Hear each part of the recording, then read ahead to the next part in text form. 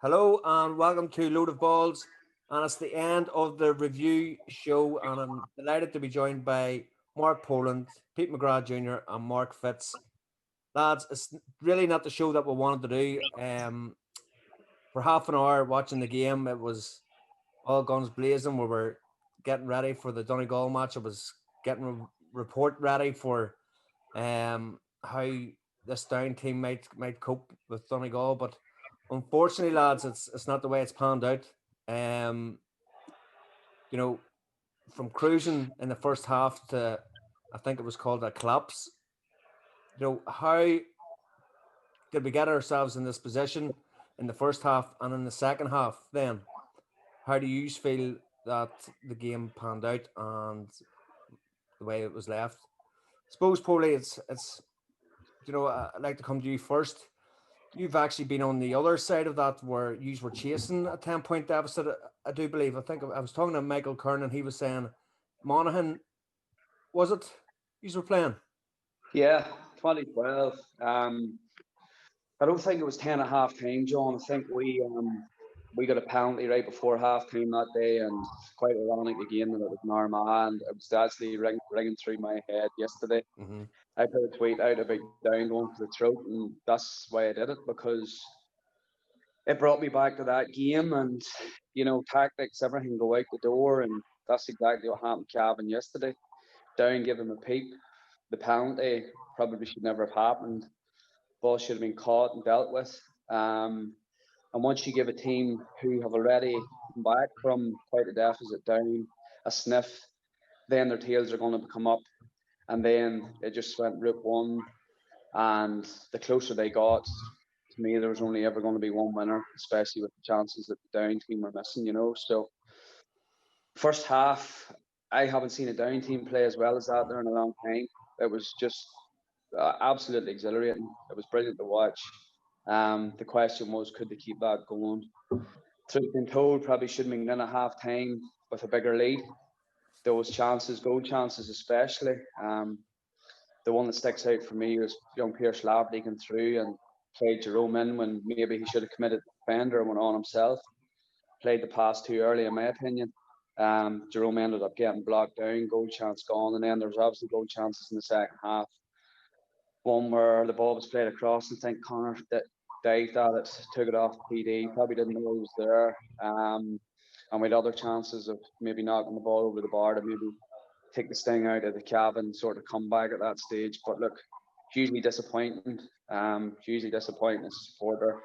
But as disappointing it is for us, you can only imagine how the players and the management feel today too, So look, it probably harps back to not gaining enough possession from our own kickouts. I think today it read that Cavan won 86% of their own kickouts, down only 152% of theirs. So that tells its own tale, and it's probably a hard one for them to stomach. And obviously it's a big thing that they need to work on going forward if they are to progress, and up in Division 2 next year as well. So they're going to have to sort that issue out. Well, we've seen it a couple of times, even in the Down Championship. Teams that have big leads. It's a hard team talk to have, isn't it? Like, what does a manager say? It's a way of saying, "Oh, just keep doing what they're doing," because it's a different game. Then, if you know what I mean, the other team are going to change their tactics. So. Yeah, I think a lot of it comes down to cuteness. I think it comes down to experience. You saw on Saturday, Donegal had a lead similar as well. Armagh came out. I think they maybe got the first score too. And then Donegal took the sting out of the game. They kept ball. They probably didn't come away from the way they were playing. The one big thing yesterday too, I was surprised that when Down were leading, Cavan were pegging it back. Down were very open at the back. Was there any defensive cover there for Patrick? I'm not sure. And full back, he was sort of hung out to dry a wee bit. Um, and we were actually speaking about how defensive Down had been in the previous week. But look, it comes down to this, John. If Down had nailed one of the scores they missed, we wouldn't be talking about kickouts. We wouldn't be, we wouldn't be listening to all the stuff we've listened to today and read, some of which is completely over the top. And you see, when it gets personal, that's when I have an issue with it. Like, them players were out there and did their best just to be, and unfortunately, things didn't go the way in the second half. And as I say, nobody will be feeling as bad as they are today. No, it's funny, Fitzy, like, you have these forums out there where you can use different names, but whenever I ask for comments or anything out there, now fair play to people, they have put in their questions for us, and I'll go through it. But it's an easy cop out, isn't it, to write something like on these forums and that. Yeah, you're faceless on them, and you can post what you want, but and you can post as much lies as you want to, and criticism, and they're not nice places at times, and I'd say most players avoid them and don't pay much heed to them. But look, you're a senior inter-county player, and you've that elevated status, and with media coverage and with the passion and the likes of Down, you're going to be discussion points after games, win, lose or draw, and I think the players know how to probably shield themselves from a lot of that, and not try to take it too personally. But as Polly says, when it starts getting real personal and goes beyond the limit, we don't want to see that. But thankfully now, I think those forums and all them boys will stay clear of them, because they're just full of faceless trolls. So. But I suppose, like, it is football. Like, if there ever was a game of two halves, it was this one. Like, Down were absolutely flying. Liam Kerr was, it was a masterstroke.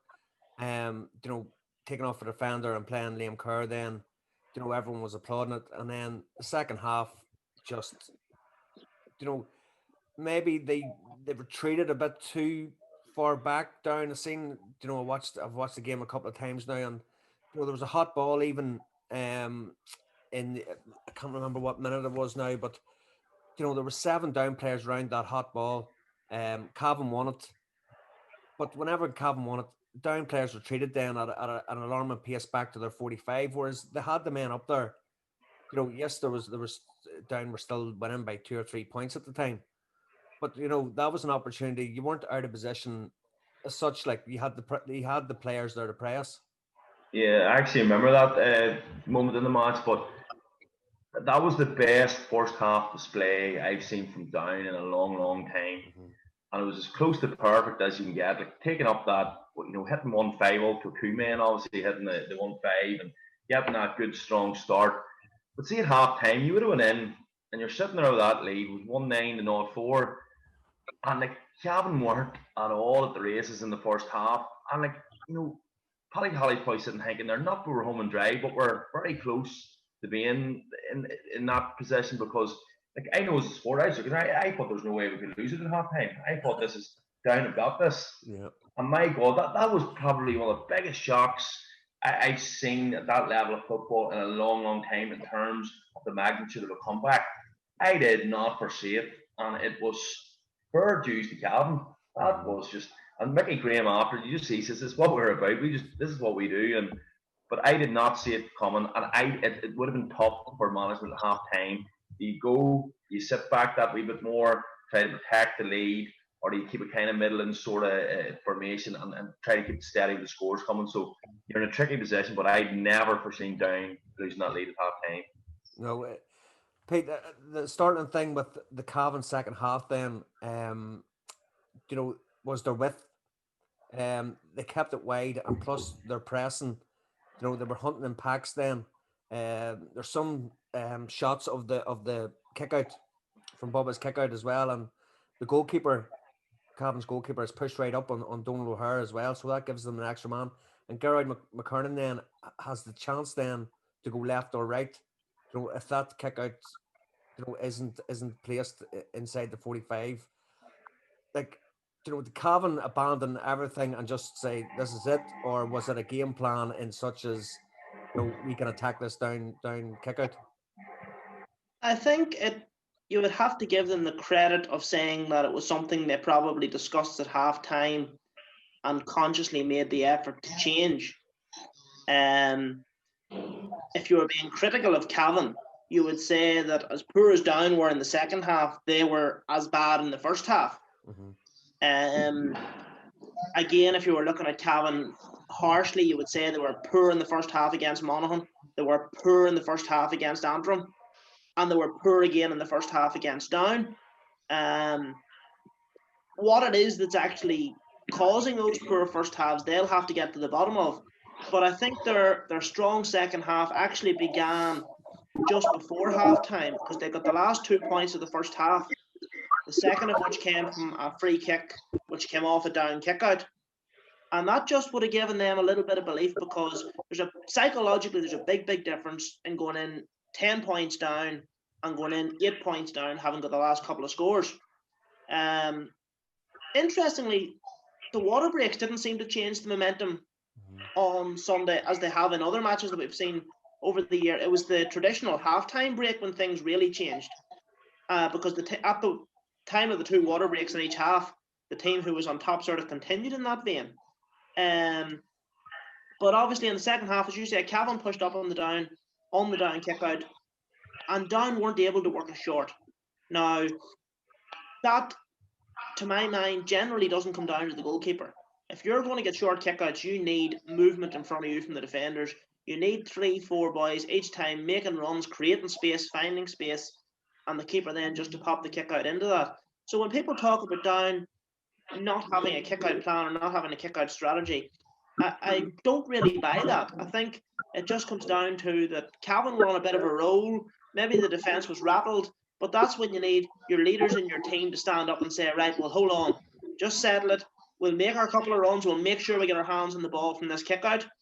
And that's where the likes of Darren O'Hagan, Down would really have missed on Sunday, because he would have been the calm head in there. He would have been the man telling the 2 or 3 other defenders when to go, where to go, and just to make sure Down got their hands on the ball at times when they really needed to. And that just wasn't there, and that allowed Cavan to build momentum. And when the lead starts chipping away, as Poley said, the longer the game went on, even at 50-55 minutes when Cavan were still a point or 2 down, you thought, you know what, Cavan's definitely going to win this game.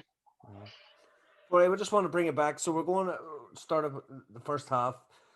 As you said, Down were absolutely flying, marquee footballer, and it was the marquee players like Jerome Johnson, who's Down player of the championship, really was on fire. And I think Martin Clark was saying it was the performance that Down supporters have been waiting for. Jerome, do you think that tackle at the end of the first half had a burn? Then, it sort of just seemed to taken the wind out of Jerome. Then yourself, after getting a tackle like that, it takes you a few minutes to get over it.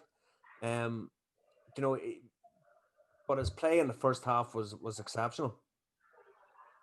Yeah, it was probably one of the best individual displays you would have seen definitely this year in the championship. I think did he kick not 5 in the first half?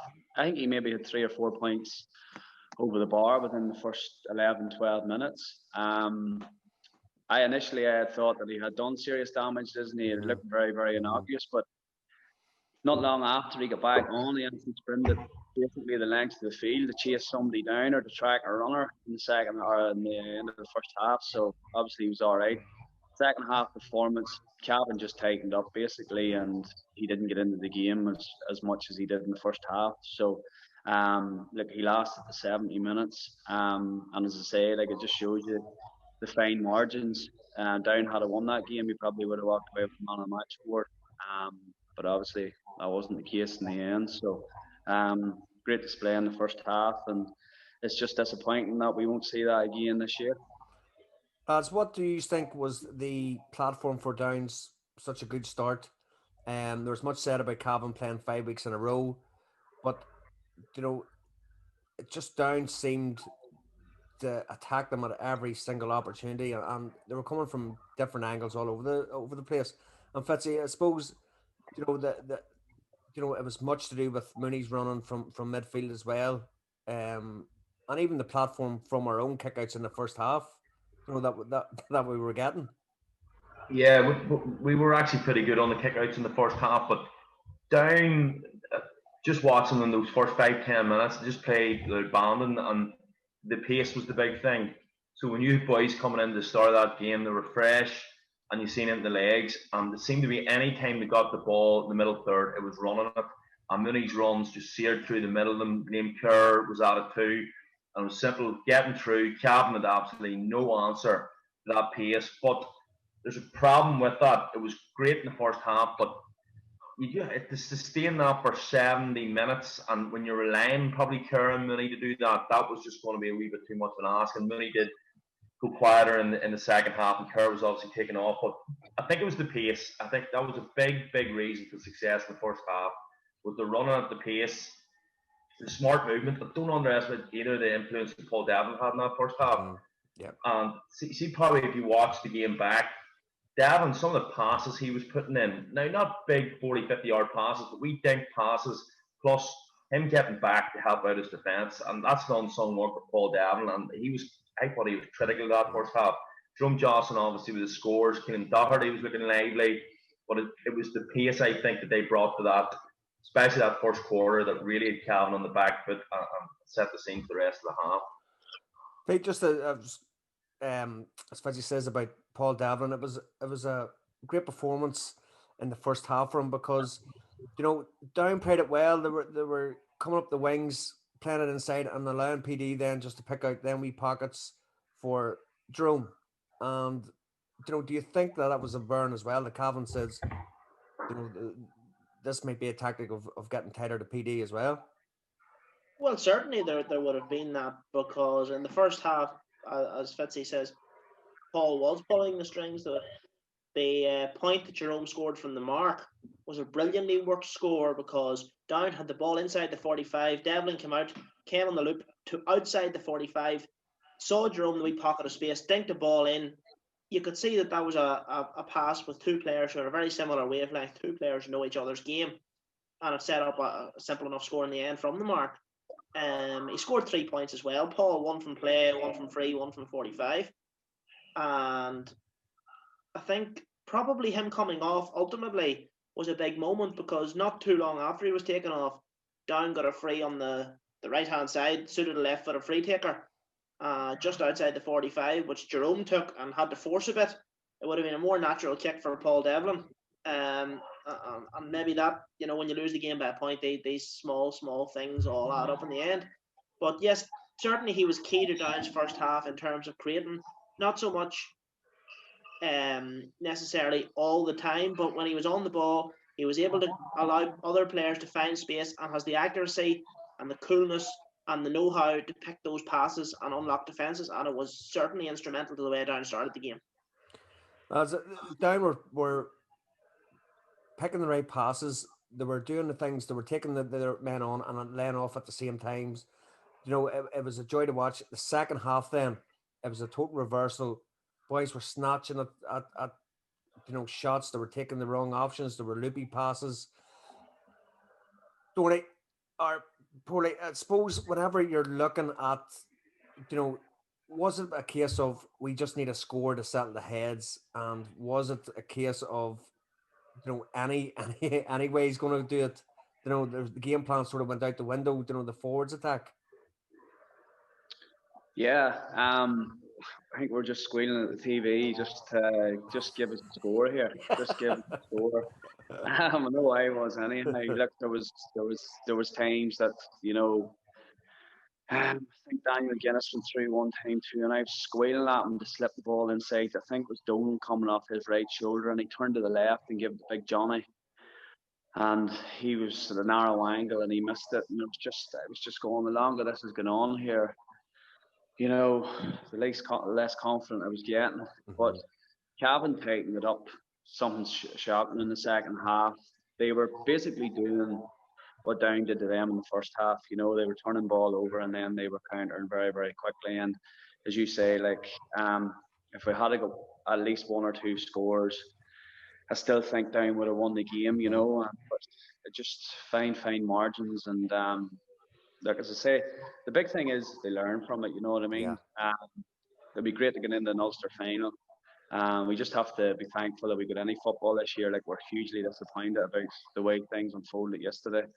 But I suppose, as hard as it probably will be for players and management to think of look at the positives today, they're back in Division 2. They're going to be playing better opposition next year. They know what they have to work on, and hopefully they'll have boys back. Like, I was going through our team there from the 2017 Ulster final, like, and the turnover of players from down teams past few years, and even going back to what we were playing, it's been astronomical. Like, you know, Donegal teams get boys and they stay, and, you know, they're able to work on things and building things. And I just hope Down can do that and get the likes of Darren O'Hagan and Conor Harrison and Darryl Hamlin and Niall McParland and these guys who are away, and get them back in and push the thing on even further. Do you know what I mean? Because it just seems to be a changeover of players constantly every two settle sort of panel as such, you know. So look, deeply disappointing again, like, but we can't do anything about it now. We just have to take whatever we can out of it and move on. But I suppose that, like, as you said, you know, fair play to Cavan, they got their tactics right. You know, they brought on Conor Madden. You know, he had some wonder scores. He actually got man of the match. They moved Callaghan up to full forward as well. And you seen Dermot McCabe on the sideline, you know, demanding the direct ball in. Because teams now are, you know, they seem to be susceptible to high balls now because of an over reliance on a sweeper, you know, to cut out that through ball. Yeah, see high balls, like, they're not really part and parcel of our game anymore. And when a team does come up against it, sometimes it's a bit of a shock to the system because, you know, I'd say most teams at training club level aren't really working on a high ball in. It's not really a done thing anymore. But look, I thought in the first half, Groyd McKernan, I actually called it last week that Johnny Flynn was going to pick him up, and he did. And he nullified him that first half. Fitzy, do you think the yellow card maybe, you know, stopped him maybe blocking runs and all that there in the second half?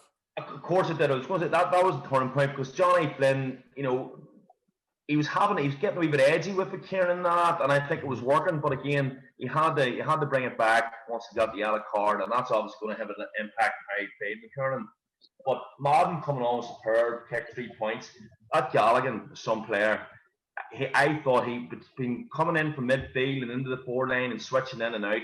And I thought it was a master stroke how they deployed him. But see around that middle third, see Brady and Clark. Yeah. They had both of them in horses game, especially the second half. And I said that second half they just grew in confidence. But I think we need, like, as much as that implosion of Down in the second half, we need to give credit to Cavan.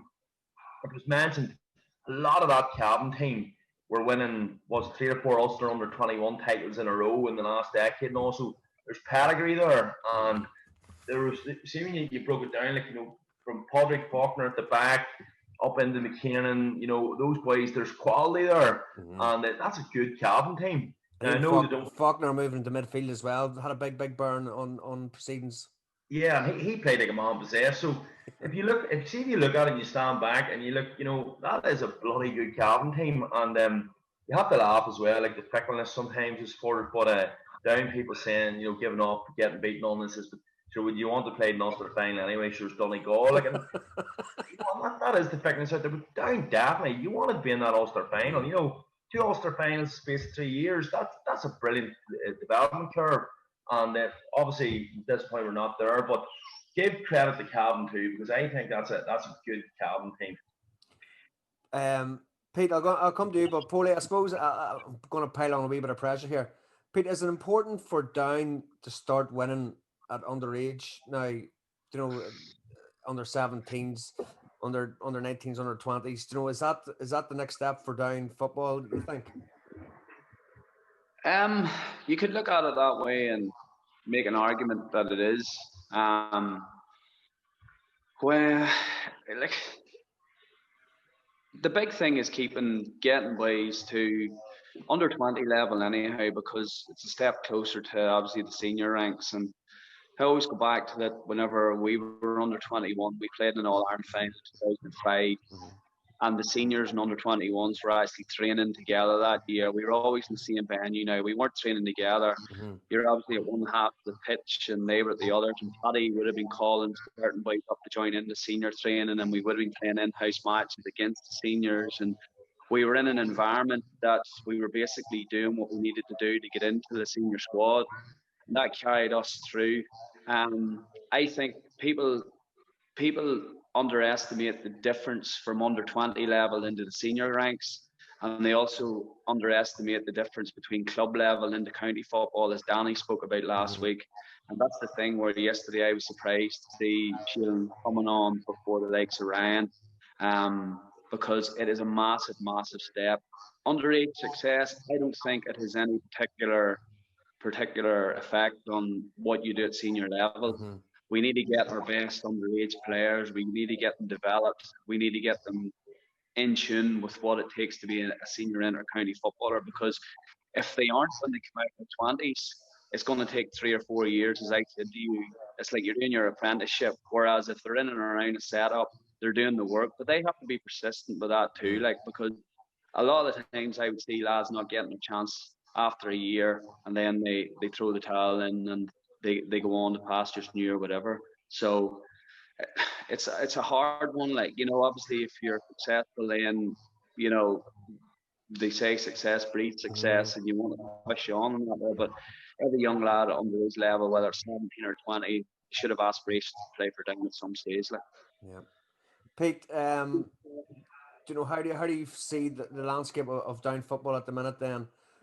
Well, just on that, I agree with Mark that yes, in terms of underage football, the number one objective is to develop players to be senior footballers. That is the number one objective of underage football.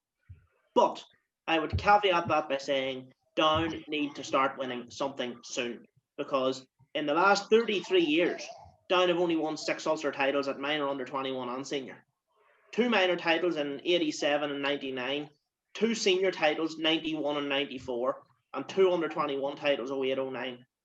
And I think those 6 are Down's only 6 Ulster Championship wins in the last 33 years. And for a county of Down's pedigree, we won an under 21 in 2005. 7. Well done, Colin. Good. That's the magnificent 7. There we go. But still, 7 titles in 33 years over 3 grades is 99 chances to win an Ulster title. And Down have only managed 7. Now, for a county of our standing, our pedigree, and the quality of footballers that Down produces, that simply isn't good enough. And that is something that needs to change, and it needs to change soon. It probably wouldn't have changed this year if Down got to the Ulster final, because we're probably not ready to beat Donegal yet. Anyway, that's, some people might say that's defeatist, but realistically, Donegal at the minute are possibly capable of even beating Dublin in an All-Ireland semi-final. So that's not being negative or anything. That's just realistically assessing where Down are at the moment. But there needs to be a plan in place to deliver an Ulster title for Down in the next 3 years at some grade. We need something to generate the county, to get a feel-good factor going, to get positivity into the thing again, and to give a real sense of hope and direction that this actually might lead somewhere. Because for too long, that's been absent in Down football. With the under-21 titles of 05, 08 and 09, and then obviously that led into the senior All-Ireland run 2010. And, since that, it's been bland. The seniors got to an Ulster final in 2017, but even and that came out of the blue. There need, and we spoke there now. Sorry? 2012 as well. Yeah, I know that, but you lost again, Paulie. So it's... No, I know 2012 was still on the back of the 2010 team. The 2017 was a new sort of generation, if you like. But the point I'm coming to is that Cavan, who have now been in the last 2 Ulster senior finals, they're building on those teams qualifying for Ulster finals and winning them at under 20, under 21 grade. And successful players who know what it takes to get... Now, yes, there's a massive jump from becoming an under 21 player to a senior player.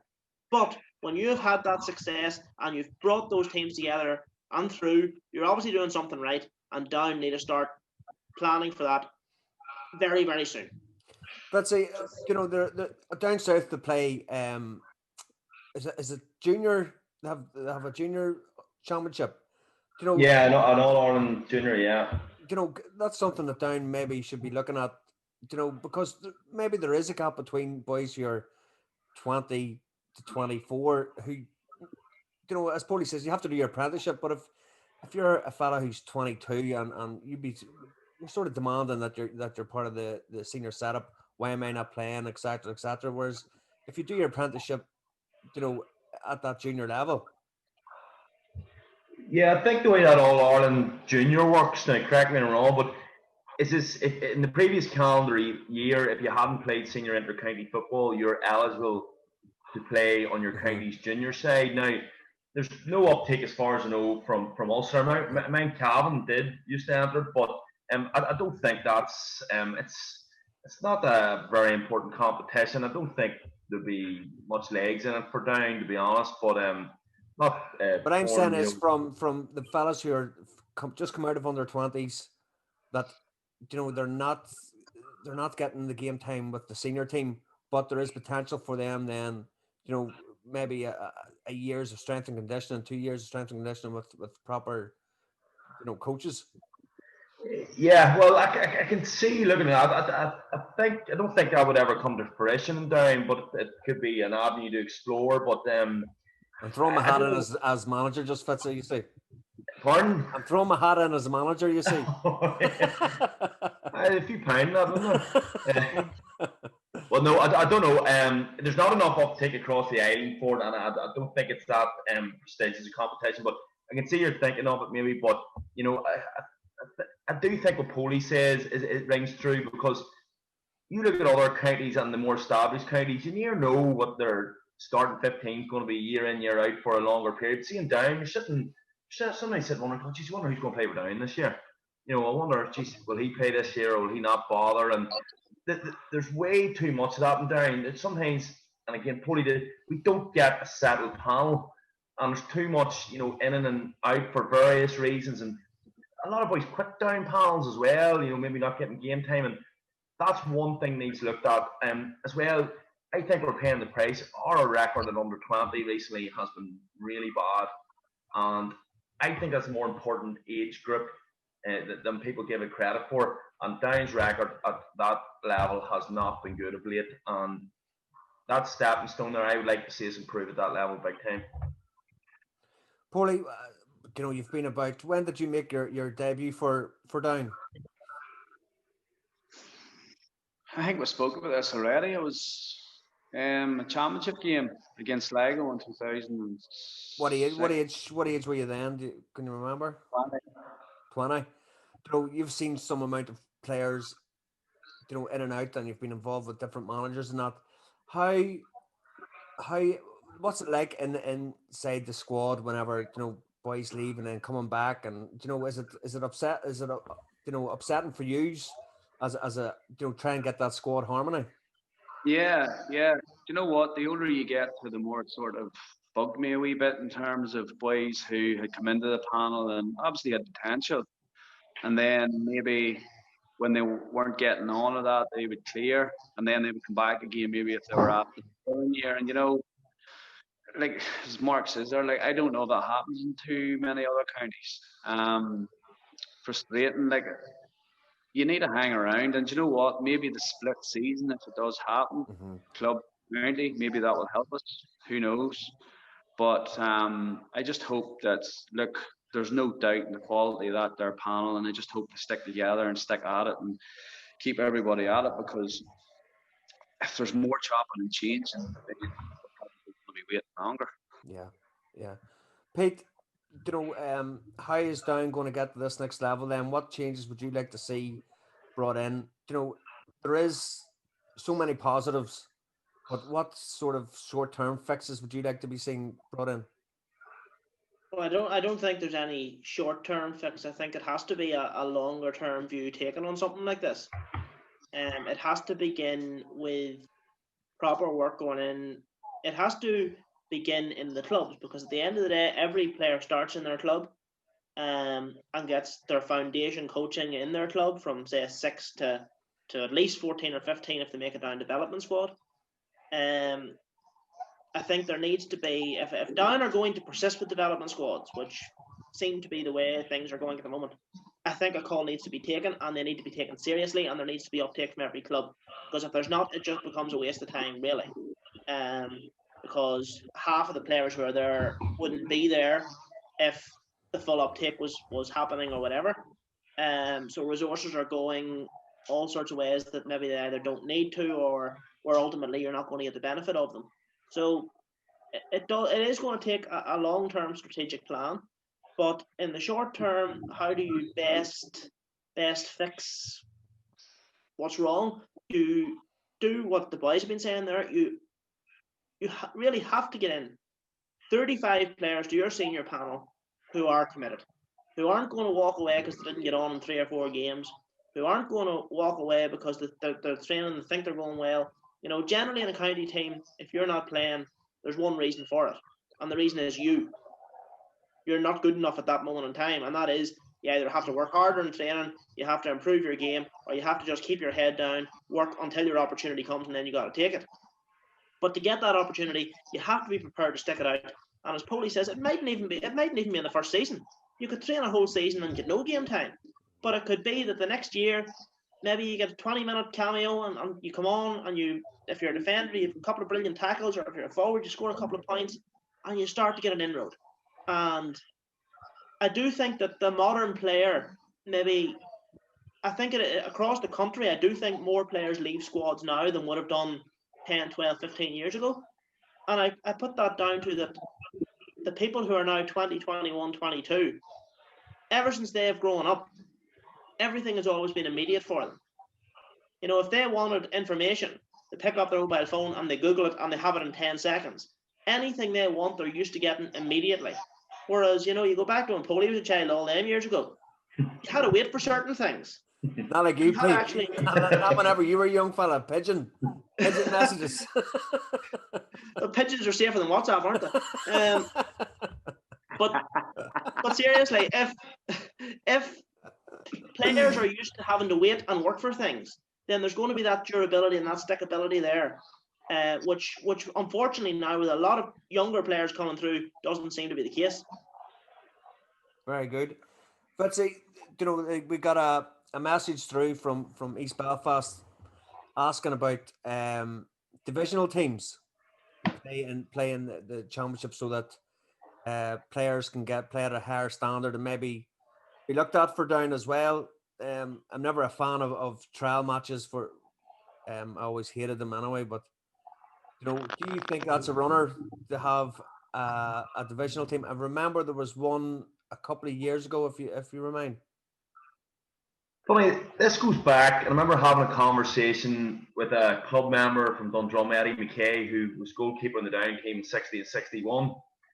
And Eddie told me that the basis for a lot of Down success in the 60s was based on a thing called the Barney League. And he says back then you played for your club, but you also played for your Barney. And Dundrum were located in Lecale, and there's Kinnalarty and Ivy, and I think there's maybe 4 or 5 Barneys in Down.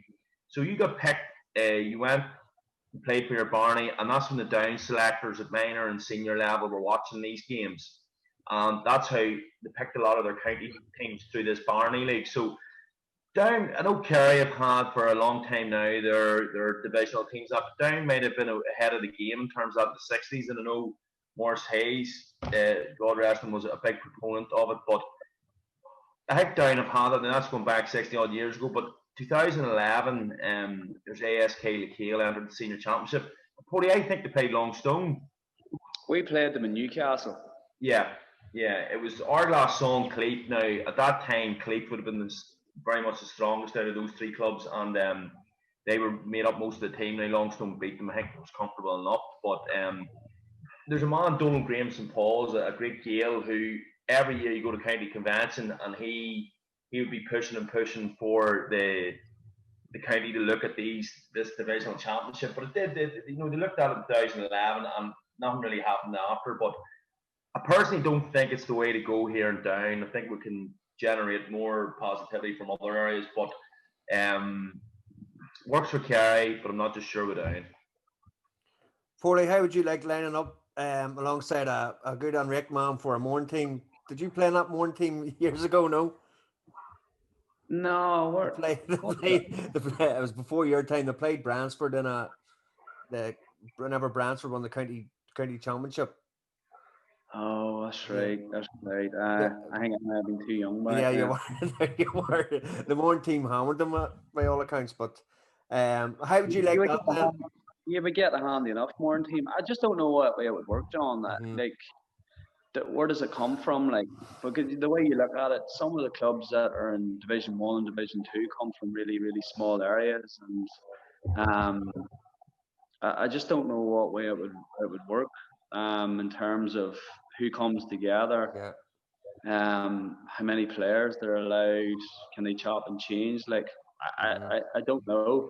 Look, if it would benefit down football in any way, then I would be, let's try this. But I just don't know what way it would work, and I'm sure that the clubs probably wouldn't be happy with it either. Especially the clubs who put huge work into maybe getting from intermediate football into senior football, and then maybe coming up against teams with superior numbers. It's a tough one. Like, it's I don't know what way it work. Look, in terms of finding new players and that, I think the sort of times we live in now, that if there is a player down around the lower leagues and that, you're going to know of that person, and any county manager would probably be taking them in to see what they are like. So I think they were asking, would it be worthwhile and unearthing, new players? But look, I don't know. I would probably agree with Fitz in that. I don't think it would sit down. I agree with Polly there, John. See this here, used to get this. County managers don't look beyond Division 1, and there's such and such a player down the leagues. In the past 15 years, there's been 2 players on Division 3 and 4, Paul McComiskey at Dundrum and Conor Harrison at Glasdrumman. And they stand out a mile and a half, and everybody knew about them. See this trying to bring in a divisional structure and divisional teams in to unearth these hidden gems. In today's age, we all know who the top players are. We know who the players in those bottom grades that are county standard, and they are very few and far between. So I'm not sure what Down would gain from going with a divisional championship. I don't think it would be purposeful enough for us. Pete, it seems like a logistical nightmare, but do you think that, East Belfast were saying they're maybe exploiting players to higher standard as well might bring them on? Not even just for not even for county football, but just themselves to go back to their clubs. Yeah, there's certainly, look, if you play at a higher level for a consistent period, you're certainly going to improve because you're coming up against better teams, better players, and you're forced to improve. The logistics of it are difficult because if you have, say, a 3-club amalgamation, who manages them? Does the manager favour the players from his club over the others? There's when and where do they train? There's so much that goes into that. And then, of course, the thing is, even in Kerry, if the regional divisional team wins the championship, they can't go on to the provincial series because it's individual club only. The East Belfast point was, as Paulie says, raised about unearthing players, and I don't think it's the way to go. Whether you could look at, and again, if we go to a split season, it's going to become more and more difficult to do this kind of thing. But if you had over the winter months, now I know there's the under-20 competition, but maybe for the say any club who feels they're not ready to enter an under-20 team, you could maybe have a winter league of divisional teams for maybe the lower, smaller clubs, because generally they're the ones who won't have the numbers for an under-20 team. So it could give their senior team maybe a little bit of winter football, and you could look at doing some kind of divisional thing there. Might be easier, but then come the springtime, they're back to their sort of individual selves. So look, it's not something that's easily organised or easily pulled together, and it would require an awful lot of thought. But look, we've said how little Down have won for the last 25, 30 years. So yeah, something needs to be looked at, something needs to be done, and any ideas should be welcomed and thoroughly investigated. I think we maybe tend to be a wee bit pessimistic here. I thought, like, we're maybe a kick in the ball from an Ulster Championship final, and we can maybe overanalyze it a bit here too. Like we are showing we got an Ulster final in 2017, and we're close this year. We're a good young panel, our boys come back in, so we're in Division 2 football next year. So we can sometimes get way down into an over analysis of our failures, but there's a lot to be positive about too. But again, briefly, I don't think our divisional championships a goer. I think our setup at the moment's grand. It's maybe more to do with our links through our under 17s, under 20s, which I would maybe focus on a bit more. So East Belfast, there you go. You've no chance of getting your players up to any divisional games there. It's been shut down from our convention. Boys, big year for down in the club scene as well. You know, I suppose we'll not know what's happening until you know, lockdown and all that there happens, and when the games will be fixed for. But it's not a split season to 2022. Would that be right, Pete? If it goes through at all, as far as I know, right. yeah. Right. So when's it being decided upon? I assume that would be a GA Congress. Is it done this year or started next year then? It usually occurs in the winter, but obviously this year logistics will be more difficult. It'll have to be done probably via some kind of online forum. So I'm not sure what their logistics are or what date it's set for, but that would be something that will be coming up either next month or two, or certainly very early next year. Good stuff. And Paulie, there's word of under 17s. Any word yet about for January or anything like that? Nothing yet. Nothing yet. I suppose it'll all depend if the South come out of their lockdown. There was whimpers that we could potentially get back, hopefully training in the next week or so, right. And then the plan was hopefully the first two rounds, maybe a quarter final and semi-final Ulster Championship if we got there before Christmas. It would be great. Like, still holding out for some kind of hope there, and to be honest with you, I don't see the issue. No, fingers crossed. You know, the way things are going on. Yeah. So, fingers crossed. It'll give us something to look forward to. Boys, thanks a million for you know, coming on the show for these weeks. And you know, I thought I was excited to get an Ulster final, but sure, look, these things happen, and as I say, we'll learn from it. We'll get you back on, Paulie, for during the year to see how you're getting on your new role. All the best for it. I'm sure you'll be successful. We'll see how it's going first of all. I'm sure you'll be a success. Pete, as long as you don't play Rostrevor first. Well, nice easy one to start off. Pete, all the best for the year. I'm sure I'll get you on again. You know, whenever to see how the Super Reds are going, and you know,